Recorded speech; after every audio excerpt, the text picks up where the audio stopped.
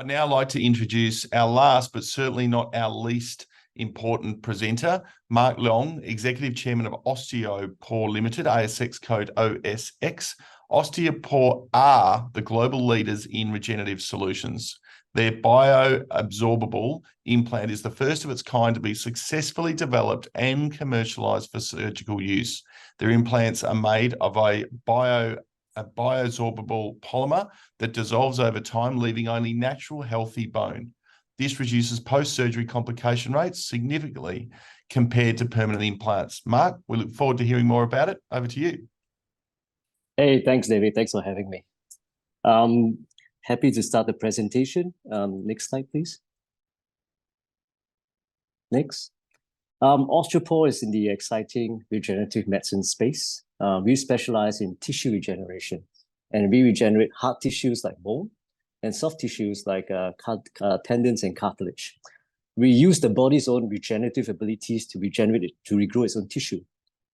We are the world's first company to actually have developed and commercialized 3D printed bioresorbable implants, which reduce complications in reconstructive surgeries. Next slide, please. We are in the regenerative medtech space. For those who know, it's shaping the future of medicine and science. It is a new era of healthcare. So I think this is a space that medical science is looking at. So it's a very important space to be in. Next slide, please. So this gives you a little bit of a background on what we're doing. Osteopore relies on our own proprietary 3D printers. We are pushing the boundaries of 3D printing. So to give you a general scope of 3D printing and how it evolved, at the start, 3D printers were used, as far as the medical side of things were concerned, used for surgical guides, printing models for surgical planning.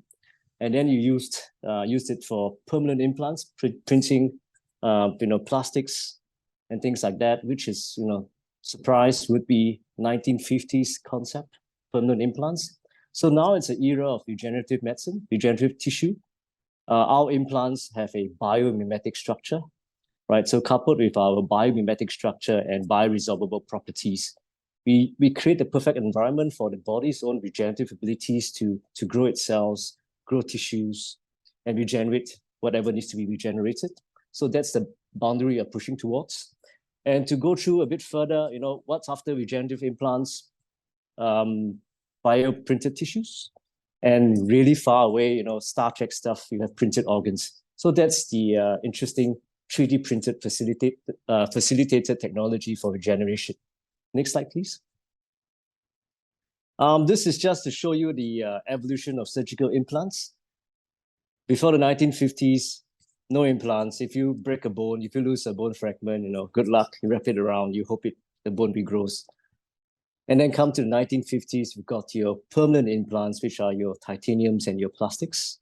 So now it's the era of your regenerative implants. Regenerative implants are here because traditional implants are not working. There is a lot of risks and complications associated with putting something foreign in your body, as you can understand. Next slide, please. So a little bit of our proprietary technology. Our implants have two unique features. One is bioresorbable, which means it dissolves harmlessly in your body over time.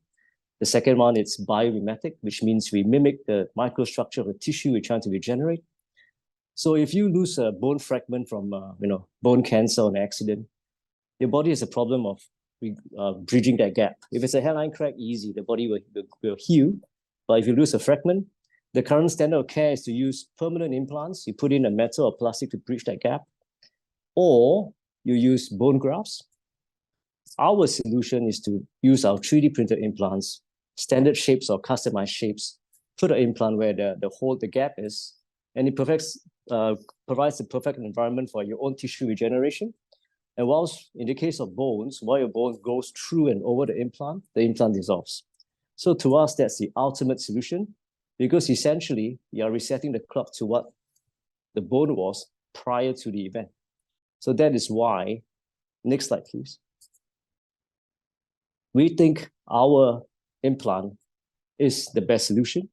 This provides you some statistics.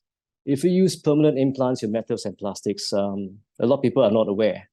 over a 10-year period, you've got a up to 1 in 3 chance of an infection, inflammation, potentially going back for another surgery.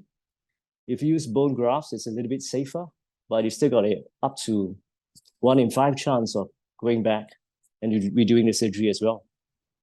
Our technology, on the back of 80,000 successful surgeries, has shown negligible complications, 0.01%. We quote 80,000, not that it is a world-beating number, but at 80,000 surgeries, it is statistically very significant.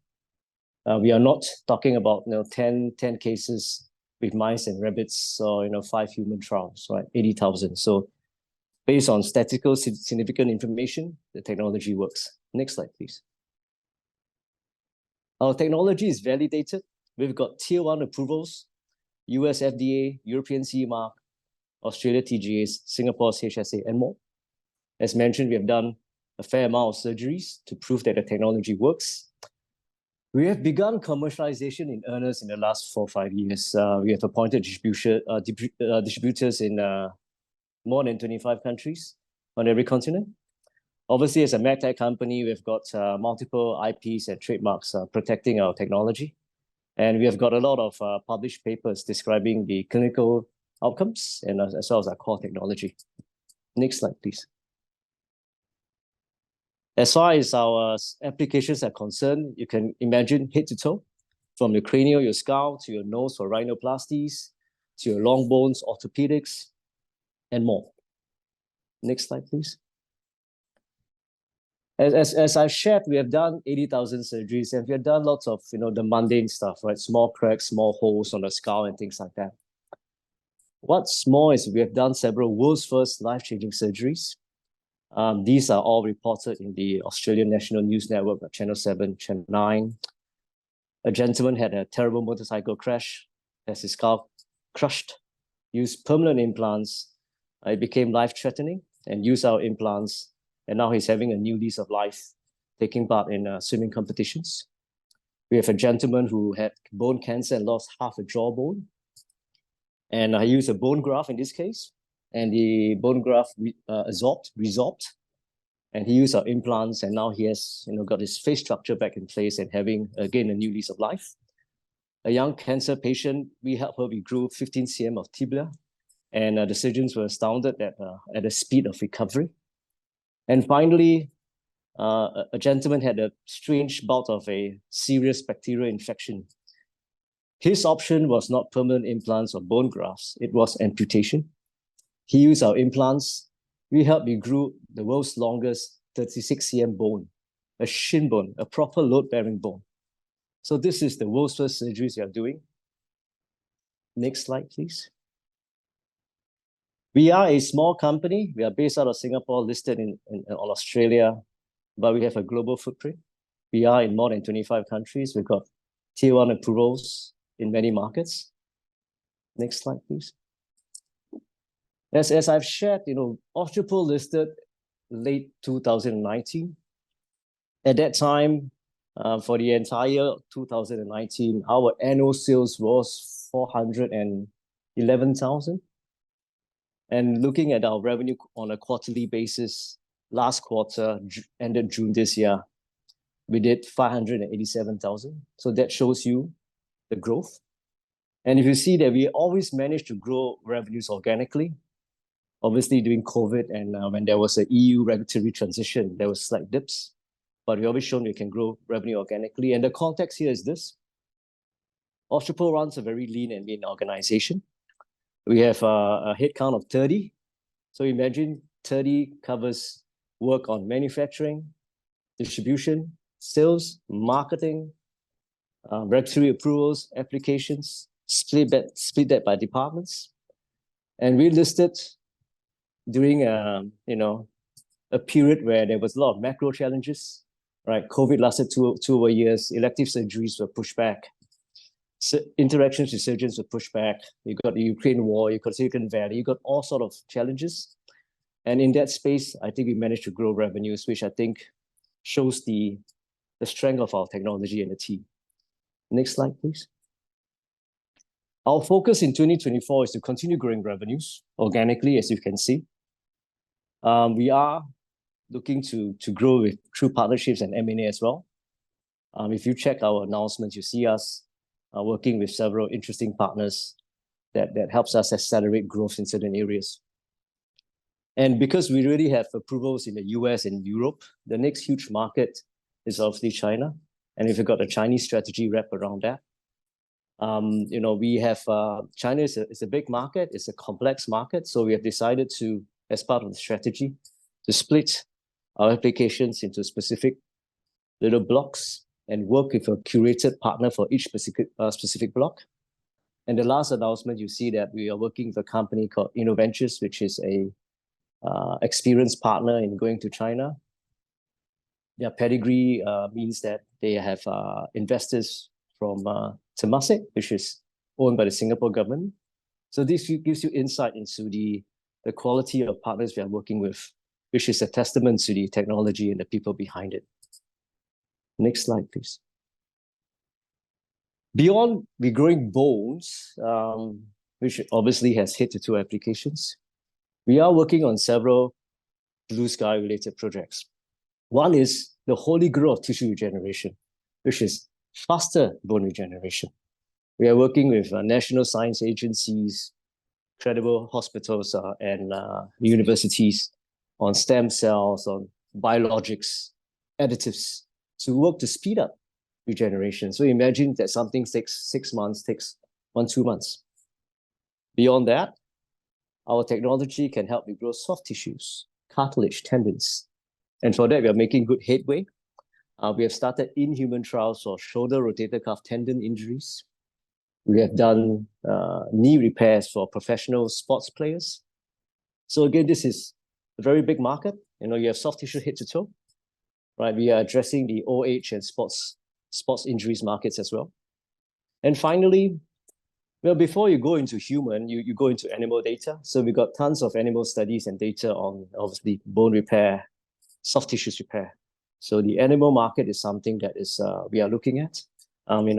People spend more money on their pets than their loved ones. So you got your dogs, your cats, your race horses. Again, interesting market to look into. Next slide. So after us, why Osteopore? I think regenerative medicine and medtech is a space that is not well understood easily by most people. And especially in the Australian context, this is not mining. I often joke that if my implants were far underground, it'd be easier. So I explain, for a medtech company, you want something that works, right? It's not could be on a petri dish, maybe it works, maybe not. The clinical data is not there. Ours is fully validated. We've done 80,000 cases. We've got IP. We've done the mundane cases. We've done amazing world's first successful cases. We have done different things that it's, some people tell me are like a science track kind of stuff. Next slide. And ours is a global opportunity. Small company and us have already hit every continent. Application by application, the addressable markets are huge. We got tier 1 regulatory approvals. And we are not a one-trick pony, right? Beyond bone regeneration, we are looking towards soft tissues, the animal market, as well as speeding up tissue regeneration. So I think we tick a lot of boxes as far as regenerative medicine companies are concerned. David, this is end of the slides. Thanks, Mark. Great presentation, and clearly a world-leading technology, which, going by the number of questions that have come through, have clearly captured the imagination and interest of a range of investors, both those existing and those looking to put you on their watch list. So let's get through as many as we can. The MOU with InnoVentures, what does that mean in a practical sense for Osteopore, and where does it lead? Well, I think we recognize the Chinese market as the second largest market that we have to get into. And going to China, it's a very complex process. You can't go in alone. So we have, as I mentioned earlier in the preso, we have identified specific applications and to work with specific partners. So for InnoVentures, they had this particular interest in our orthopedics products, and the orthopedic products and the knee products are a huge market. They have the pedigree and the experience in going to China. So right now we've gotten a very, very strong partner to get into China. again, to manage expectations, getting to China will be a two to three, depending, even 4-year process, but we have to start. And I can't imagine working with a lesser partner than InnoVentures. Okay, so since IPO, the share price hasn't actually matched the operational activities and highlights. Is that something that you worry about, or do you just focus on the business and hope the share price matches by doing these sort of things and other communication opportunities to investors, but you know what the business is doing and you know what it can achieve? Oh, David, we get asked these questions fairly often, and because of that, it's obviously on my mind. But on a day-to-day basis, we don't look at share price, right? We do have a medium to longer term strategy. I'll say this, right? I think it is a different environment to when it was 2019. 2019 didn't have all the events I mentioned, COVID, wars, and recessionary concerns and things like that. But I'll tell you this: when we listed in 2019, our sales were 411,000, and the last quarter was 590 compared to 411 for an entire year. When we got listed, we were in 10 countries. We are now in 25. We had one main product application, the skull. We now have 3, including rhinoplasties and dental. And our IP, which is very important, we had 1 IP. We now have 7. So in the last 3.5 years, as a young listed company in Australia, in challenging environments, running a very lean and mean group on a much lower resource base than the big boys in the space, I think we have achieved a lot. So I imagine over time, as the market understands what we are doing, I think the market will eventually see through the value and reward shareholders. And in terms of the operational pivot towards China and the US, why has that occurred, and what do you see as the size of the opportunity? Well, David, it's not exactly a pivot. US is obviously a market we have to look into. The good news is we've already gotten regulatory approvals and we are making headway into the market. People don't understand how complex getting into markets are, especially in the US, right? We are not yet at the level of the big boys like your Pfizers and your Johnson & Johnsons, your Medtronic and Strykers of the world with, ample resources.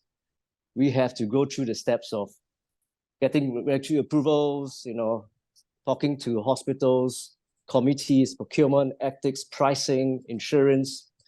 The good news is we have started getting orders from fairly well-known hospitals in the US. So we expect traction in the US. Right? It is the biggest market. It understands medtech.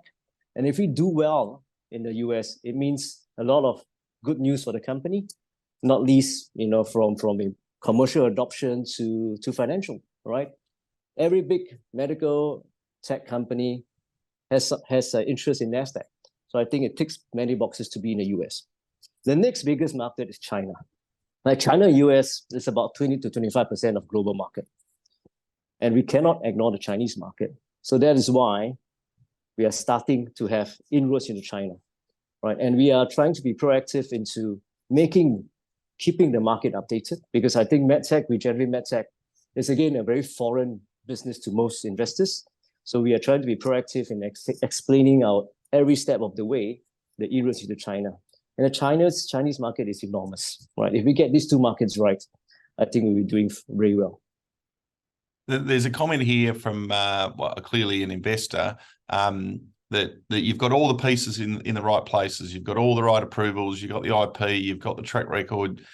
You've got all of the right things in place. And for them, their comment is they'd love to see revenue uptick quicker than it has been. But clearly, as you've mentioned, it's been growing exceptionally well.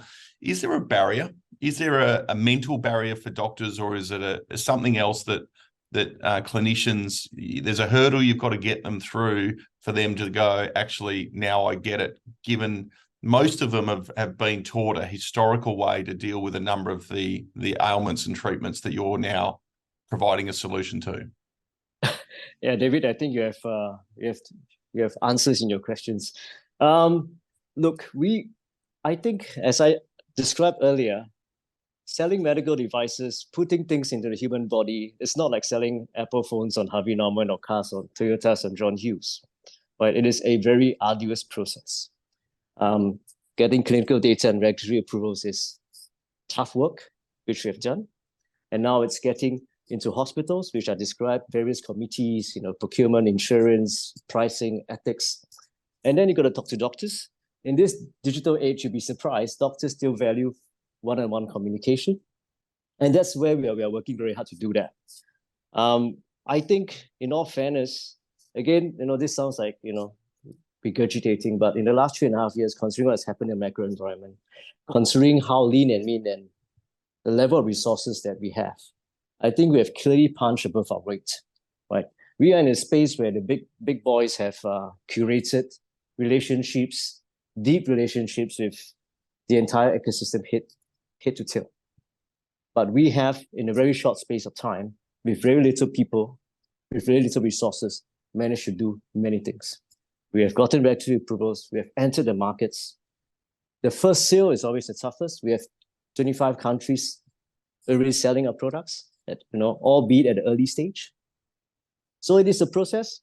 I imagine as the first few orders of these, brand name hospitals in the US get used, and we are 100% sure of the results being good, the recognition of the product will come, and then the take-up rate will come. We're in a space of regrowing bones. Putting it in a patient doesn't mean you get a good result tomorrow. It is monitoring for a couple of months, 6 months, 9 months, a year. So that is the incubation period. We are going against permanent implants that has a 70-year history. Almost every doctor that we are talking to hasn't used regenerative implants. So it is our job to put that to them. And when they start seeing the wonderful outcomes, I believe adoption will come. And in terms of the products themselves, what are the products you're either close to or selling in the US? We are currently selling our craniofacial products. So, your orbital floor, your skull. So that's already in the US market. We have 2 other product lines that we're working to introduce into the US over time, which is our rhinoplasty aesthetic product, as well as our dental implant-related products. And in terms of, I'm not going to ask you to project a cash flow or a break even or any of those things, because that would get both you and me in trouble, which clearly we don't want to do. But if you look forward 3 years, you've achieved so much in 3 years, and the investors always want more. But if you fast forward 3 years and you look back and go, right, we've now been listed 6 years and this is what we've achieved, what would be some of the achievements you would be hoping to hang your hat on? Well, David, we always have been working hard to build the economic moat of the company, right? Because we know how hard it is to get onto the market. We know, it's hard for somebody to jump in tomorrow. And we are in constant discussions. Whilst we grow organically, we are in constant discussions with strategic partners on many, many levels, on product collaboration, on technology, on investment, many different strategic partners on different levels of discussion. I like to see that in that time frame that you mentioned, we would have done considerable inroads in the US market because there is a gestation. We would have done some first sales into China, right? And if done right, I think that would be an enormous market. And because of our ongoing discussions with several potential partners, I think you see us getting better with more resources to really push through our strategy. Right now, whatever I've shared that we achieve is done on a shoestring budget. And again, I'd like to emphasize, clearly we are punching above our weight class. So given time, given all the discussions we're having, I like to see good adoption. And not only that, right? I like to make headway into being able to say, not only we can help you regenerate the tissue naturally, we can do it faster. And we hope to be that one-stop shop. I know this sounds very cliche, where we fix your bones and we fix your cartilage and tendons as well. So that's what, fingers crossed, we'll see what happens in the company in the next 5 to 6 years. And just reiterating, that is not a forecast. That is a goal that the company is looking to achieve, but definitely a goal, Aspirations, an David. aspiration Yes. worth moving towards. And with the track record achieved to date, there's nothing to say that you can't reach those aspirations. But we'll watch with interest. Clearly, a lot of investors and those watching today have you on their watch list. So we look forward to watching your progress and as you move towards those aspirations. So, Mark, thanks for your time. Thanks, David.